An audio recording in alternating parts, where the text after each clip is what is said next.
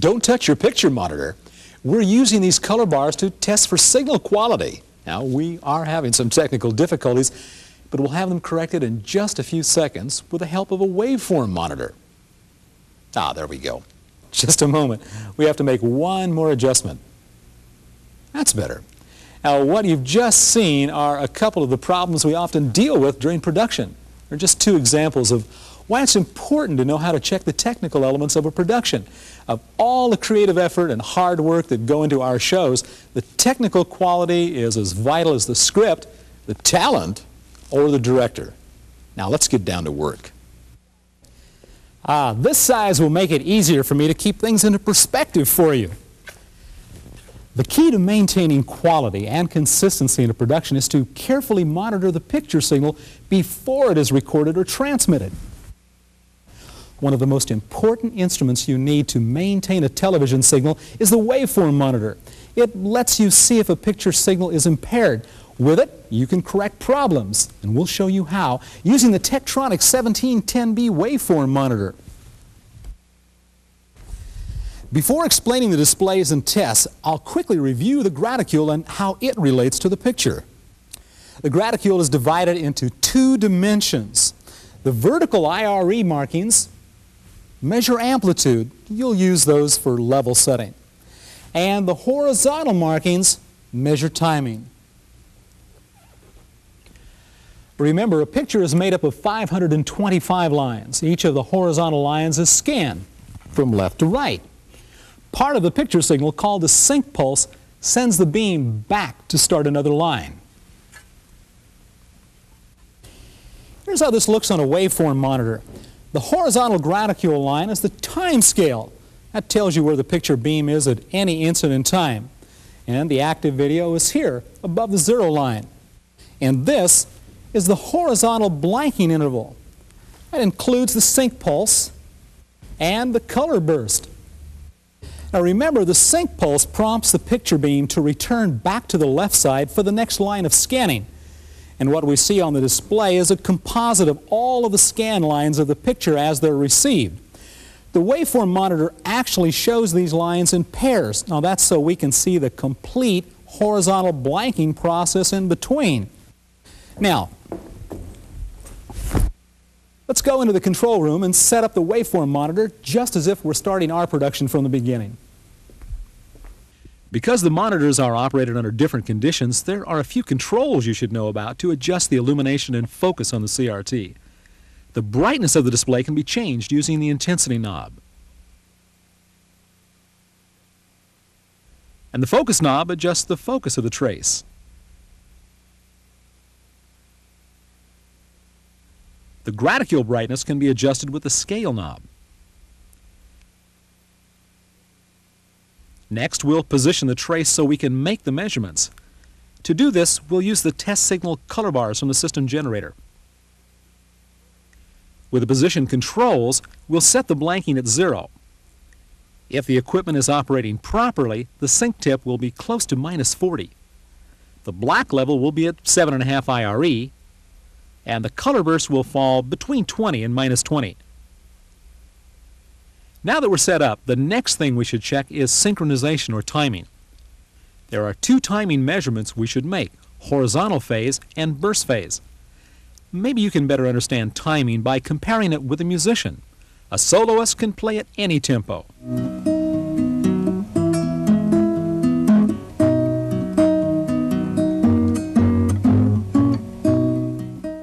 No coordination with anyone is needed, but if other instruments are added,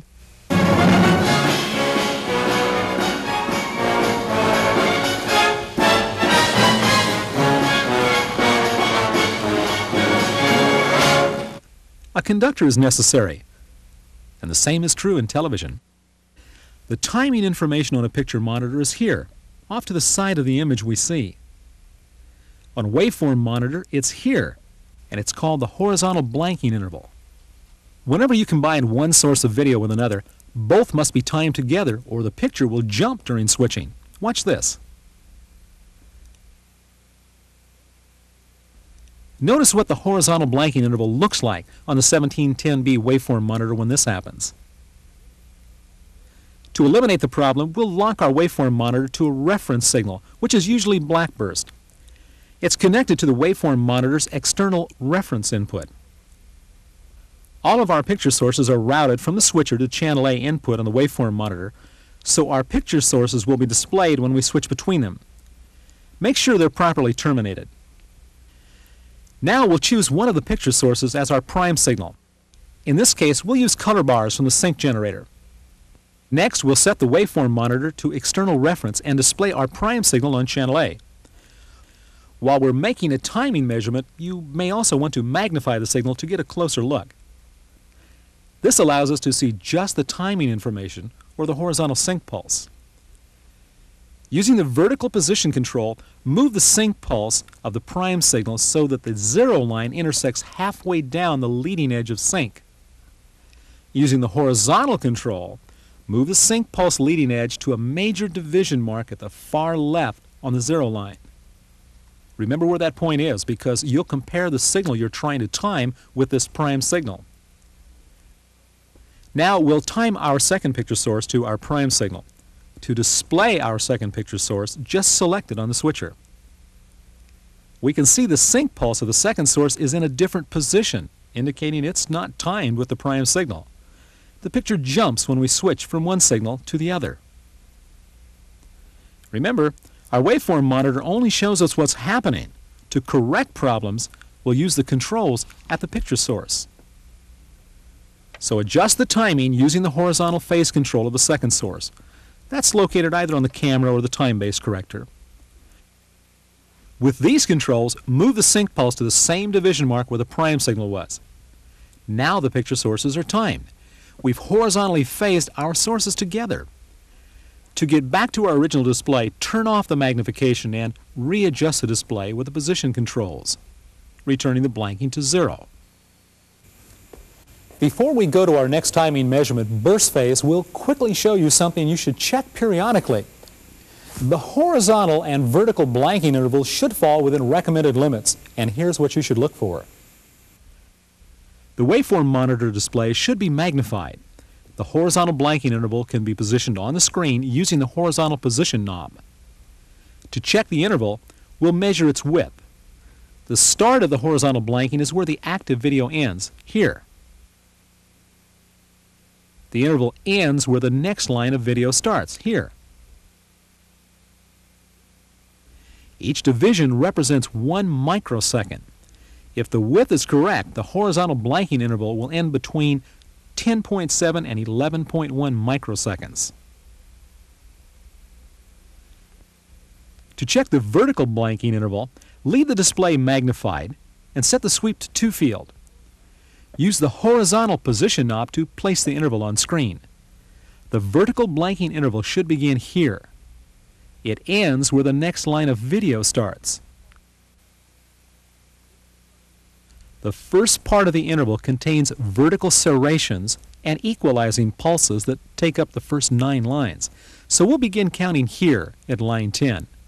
The complete vertical blanking interval should have a maximum width of 21 lines. After you've checked these, be sure to return the display back to the 2H sweep mode. And you'll also want to turn off the magnification and then reposition the display with the horizontal and vertical position controls.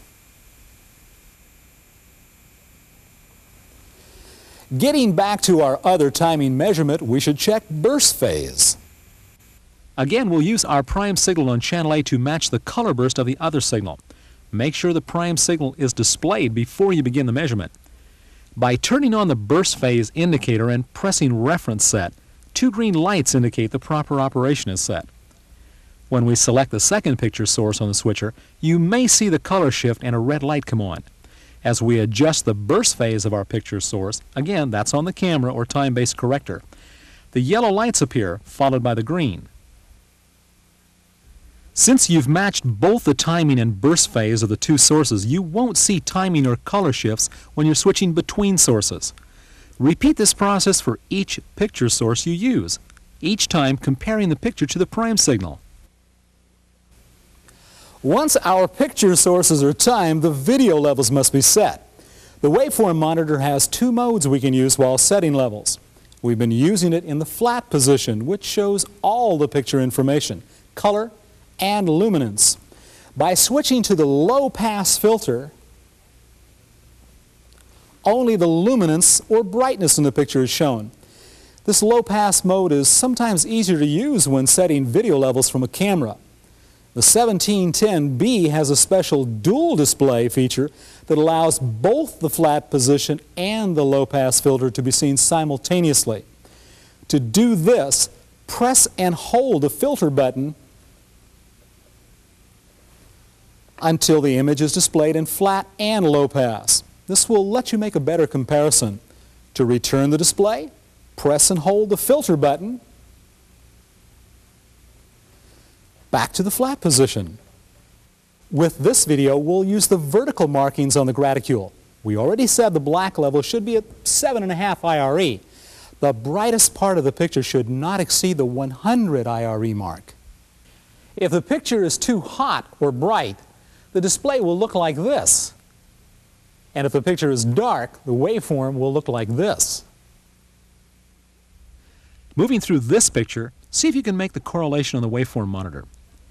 In fact, the waveform monitor is to a television director what a light meter is to a photographer. With it, we can make sure we have the correct amount of light on each scene. Setting the levels is easy. You simply adjust the levels with the controls at your video source until the levels fall within the 100 IRE and the 7.5 IRE range. The color bar test signal provides a quick reference to check the operation of your television system. Let's look at the color bars on the waveform monitor to recap what we've just learned. This is what they look like in the low-pass mode. Be sure the blanking is at 0 IRE. The tip of the sync pulse should be about -40. The white flag, here, should just hit 100 IRE. Finally, check to be sure the black level is at 7.5 IRE. Again, adjustments can be made with the controls at your video source. Color bars should be recorded prior to each shoot to be used as a reference later during editing. By this procedure, you'll be able to correctly set video levels. A waveform monitor is a good source of reference for checking levels throughout your production. The measurements are that simple. Our picture sources are now adjusted. You've seen how important technical quality is to the overall effectiveness of your production. Also, how important and easy it is to use a waveform monitor to help you set timing, adjust the burst phase of every picture source, and monitor and adjust picture video level. No one can guarantee that using test equipment will make your programs more effective, but they'll be ineffective if the picture jumps around, the colors shift, and the levels bounce up and down. Help your audience concentrate on your message, not your technical problems.